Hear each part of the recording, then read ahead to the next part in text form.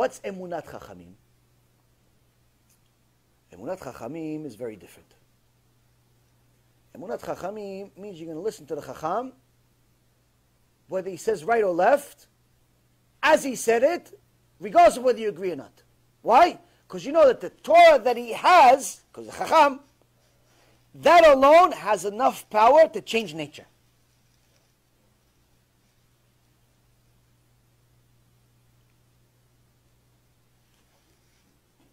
Gemara Masechet Yevamot says a story, fascinating story, has to do, B'siyat Dishmai, has to do with the shiur, about love. Gemara Masechet Yevamot says there was two people, a couple, tzaddikim, husband and wife, married 10 years. And after 10 years, no kids. So they had to go to a rabbi. Who's the rabbi? Rabbi Shimon Bar Yochai. It's a nice rabbi to have. You should pick a good one. So Rabbi Shimon Bar Yochai,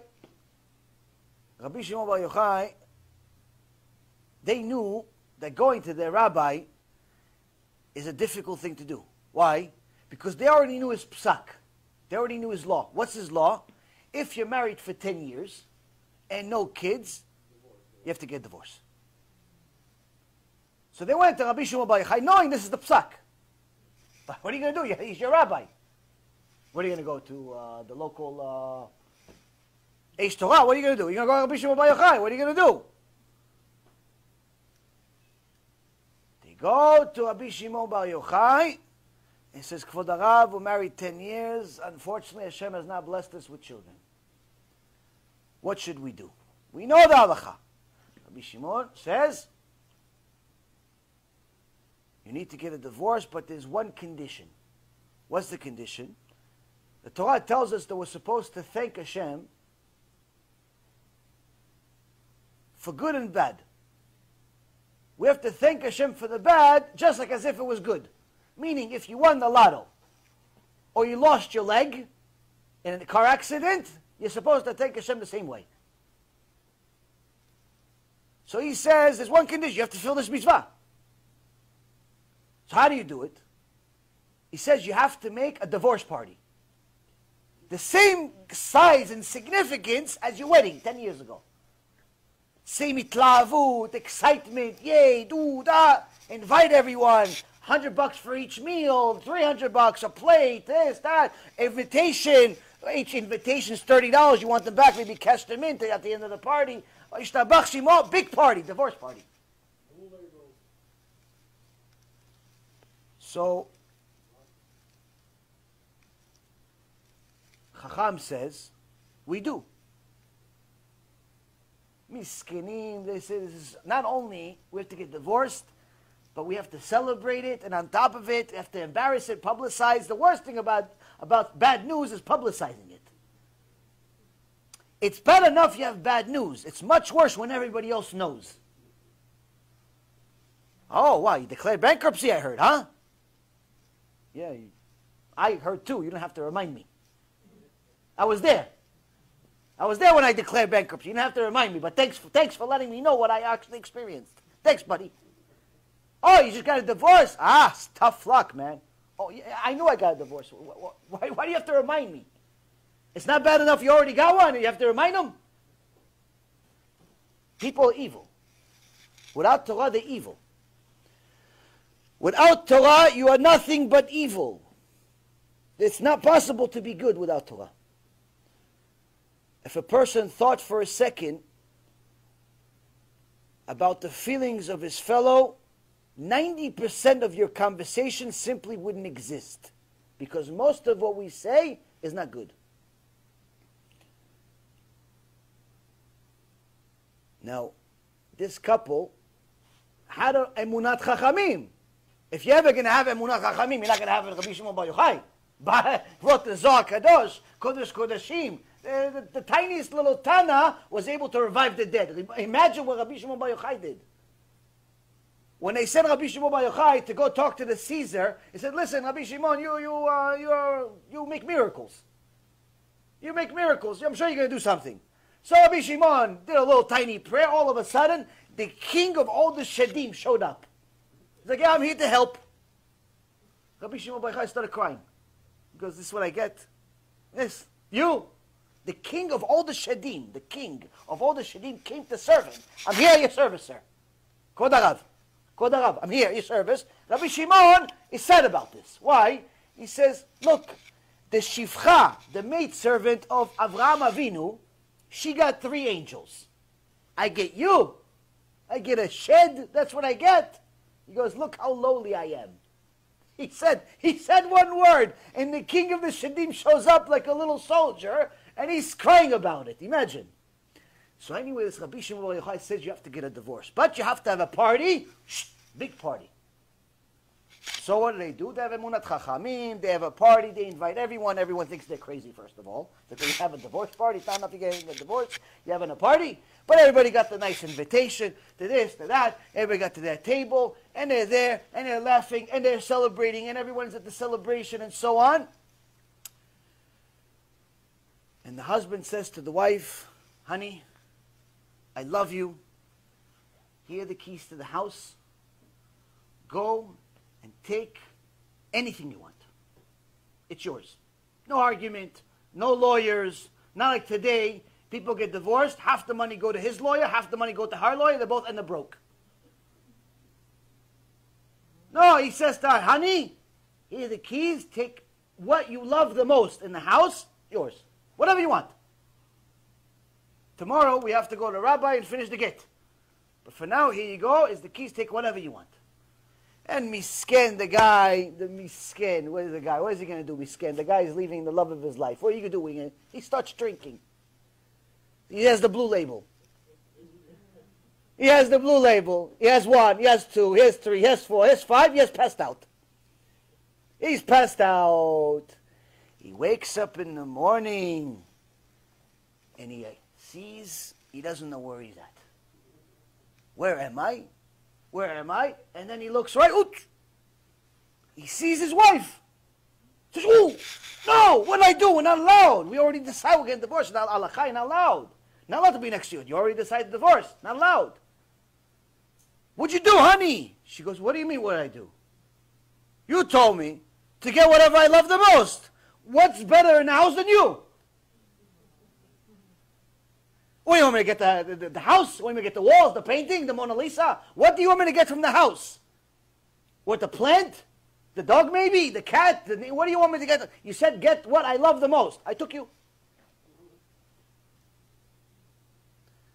He says, okay, I love you too, but what are we going to do now? We have to go to the rabbi. You have to tell the rabbi we have a problem. Okay, that's the problem you have. So they go to Rabbi Shimon Bar Yochai. They go to Rabbi Shimon Bar Yochai. Rabbi Shimon Bar Yochai he's not surprised. He knew this was going to happen. He said, oh, how are you? How are you? How are you? Kvod Harav, you know? Yeah, how are you? How's everything? Kvod Harav, we messed up. And they want to start telling him the story. No, listen, I didn't mean it. Really, it was supposed to be that, but the party, I had a couple of drinks. He goes, no, listen. Everything's okay. You're going to have a kid in 1 year. Right? Bracha v'atzlacha, you're going to have a child within the next year. Just like the angels came to Avraham Avinu, told him, hey, by the way, Avraham, you waited 100 years to have a kid, and Avraham has a kid. Rabbi Shimon Bar Yochai says to this couple, you're going to have a kid this year.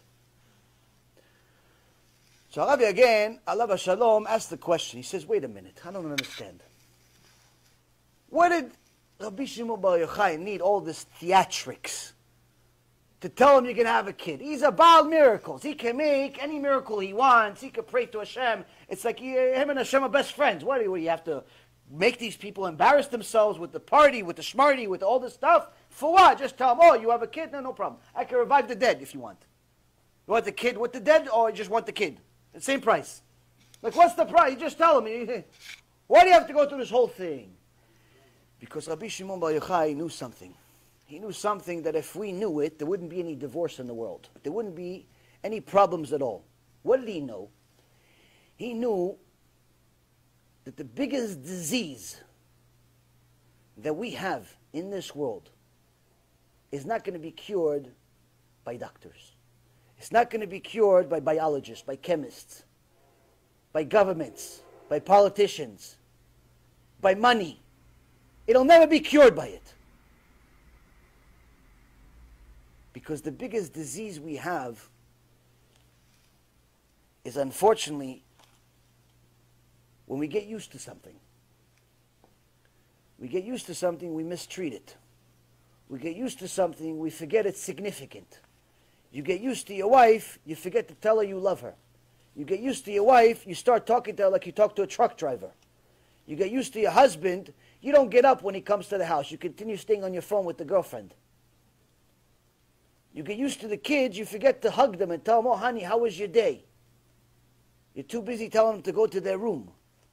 You get used to God, you forget to thank Him for doing anything for you. The good and the bad. Because it's both good.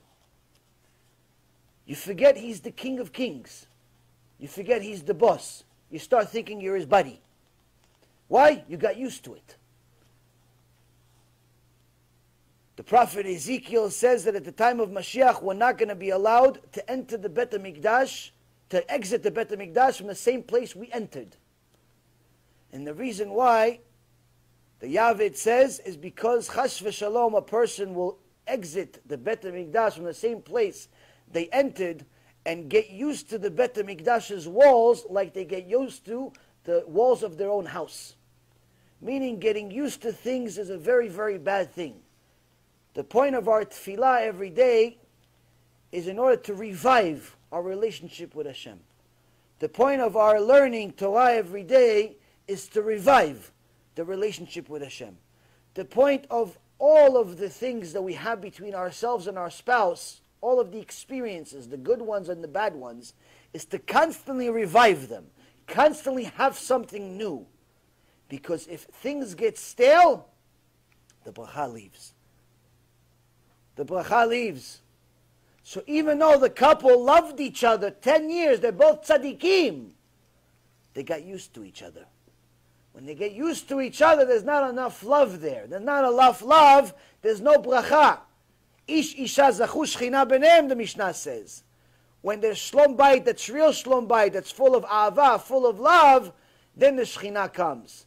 When the shchina comes, it cannot come unless there's perfection. And if there's something missing, then the Shekhinah fixes it. If you're missing a kid, Shekhinah fixes it. If you have a disease, the Shekhinah fixes it. But first you have to have Shlom Bayit, you have to have Ahava. So even though they were both righteous people that were fulfilling mitzvot, they were so busy fulfilling the mitzvot, they forgot to fulfill each other's desires. And Rabbi Shimon Bar Yochai knew that the only way they're going to be revived, you can't command someone to love somebody else. The way you do it is usually by taking it away from them. In this particular case, they had Emunat Chachamim. They had faith in the Chacham, and they listened to him at a time it was very, very difficult to listen to him. Why? He's telling them, get divorced, but I love her. Why, you want me to get divorced? No, I don't want to listen to this halakha. Let me listen to the different halakha. Let me find an etel. I'm sure there's an etel somewhere, and someone says that I don't have to get a divorce. There's plenty of rabbis that were married for many years and never had kids. So I don't have to listen to Rabbi Shimon. Let me listen to somebody else. The Lubavitcher Rebbe never had kids. He never got divorced. There's many other rabbis that never had kids, never got divorced. So obviously, there's multiple opinions here. But they had Emunat Chachamim. They believed in a Chacham. They believed in Rabbi Shimon Bar Yochai. And they had the party. And because they had the party and they had Emunat Chachamim, they learned the lesson that he was trying to teach them the whole time, that he couldn't teach them any other way. He couldn't tell them, listen, you should love each other. You know how much I love my wife. You know how much I love my husband? I made him gefilte fish every day of the week. I love my husband. People think they love each other because they give each other stuff. Rabbi Shimon Bar Yochai wanted to tell you, you have to love each other. You have to work on it. Work on it as if you're about to lose it every day. If you do that, then you got something. Because they had Emunat Chachamim, they followed the advice, they learned the lesson they needed to learn. And they got the results that were drastically better than they can even imagine. But had they not had Emunat Chachamim, and they would have said, yeah, Rabbi Shimon, he's not all that though. He's not all that. There's some other people. There's Rabbi Yehuda, there's Rabbi Yossi, there's other rabbis. We go to other rabbis that have different opinions. Different opinions. And they go to different opinions. They say, no, you don't have to get divorced. And they stay married for another 10 years, no kids. That's the difference, Rabotai. Emunat Chachamim means that you listen to the Chacham regardless of whether his opinion, his Da'at Torah that he arrived at, agrees with yours or not. In fact, if it completely disagrees with yours and you follow it, that really means you have Emunat Chachamim. But if you just listen to the stuff because you agree with it, that doesn't mean you have Emunat Chachamim. It just means you agree. It just means he's reminding you of something you already agree with. Emunat Chachamim means you're going to follow it regardless of whether you like it, dislike it, agree, disagree. That's Emunat Chachamim. And when you do that, then you have bracha. Then you have bracha. Why? Because you're fulfilling the Torah. You're fulfilling the Torah. You're valuing the Torah for what it is. You're not valuing your own logic.